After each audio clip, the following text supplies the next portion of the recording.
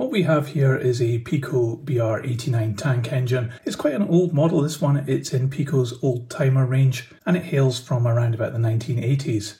The box isn't in great condition, it's starting to fall apart, but at the end here you can see that it was made in the GDR and you can see the number up here, 5-6314. So it is getting on a little bit, this model. But this isn't the first time we've had a look at Pico's BR89 model, because I've done a review of this one before on this channel. I'll leave a link to it at the end of this one. This is actually a second model that I've got, and it's one of those kind of bizarre things that I go and buy models and then I have grand plans for it. I put it on the shelf and I completely forget about it, and then I go and buy another one. So I've got one that's in good condition. This one is in a few little pieces, unfortunately, and I didn't notice that when I was buying it, and it's been on the shelf maybe for a couple of years or something now. But today I've picked it up and decided to put it back together and actually sell it because I need some money to fund a new project. So this is going to go up for sale on eBay, but first we need to get it back together, make sure it runs, and then make it look presentable. So these parts here I think will be an easy fix back onto the model. They look as though they just press in and they don't look as though they're broken at all. This piece is obviously from the bottom of the model, but it just doesn't seem to attach to anything and falls out all the time, so I'm not quite sure why that is. And this model does have this thing hanging down here, which again, I'm not quite sure what that actually does. And you can see underneath that the wheels are just in here. It's a push fit on these plastic bearings. Now, this is quite a nice little model, and what is attractive to me on this is the quirkiness of having this coal bunker up here on top of the tanks. It does have the motor inside there, so there's no interior detail, but it is quite a nice little cute locomotive, and it has a lot of detail and nice printing on it. So let's see what we can do to get this back up and running.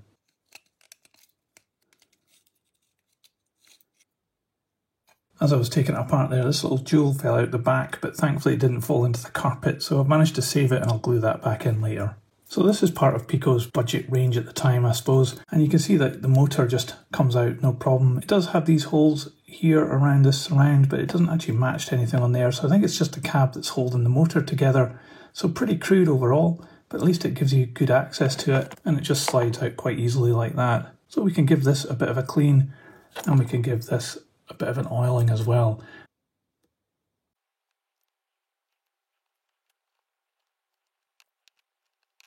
So the mechanism all works really good now, and I've just realised that this piece here actually holds the two parts of the motor together. Anyway, so I need to reassemble the motor back in here, put in the contacts on this side, and these little tiny springs are just really small there, just hold them in as well. So that's the next step.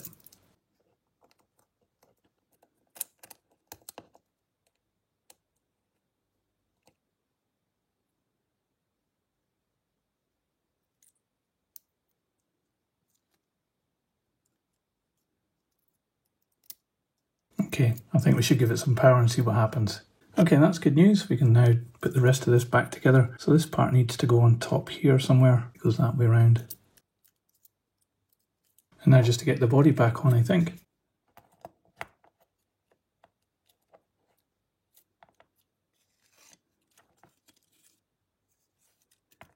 So this part was still confusing me a little bit, but what I've just spotted here is it looks as though it's had a little bit of a break there. Probably had another one of these little clips on it which just clipped it onto the underneath of the locomotive. So I think my choices are just to clip it in and maybe just put a little bit of glue on this end here and then just stick it on, and I think that would be okay. As long as it's not a super strong glue, then it could be removed easy enough if it needs serviced underneath, or you could just take this model apart and service it the same way I did. So I think that should be enough just to hold that in place. So I'm going to put this aside and let it dry, and I'll be back in a few minutes. A few moments later. Okay, I'm back, and I think we can now tackle these other little bits and pieces which you have left over here. So we'll start with this part. I think it's a compressor actually, it goes on the front.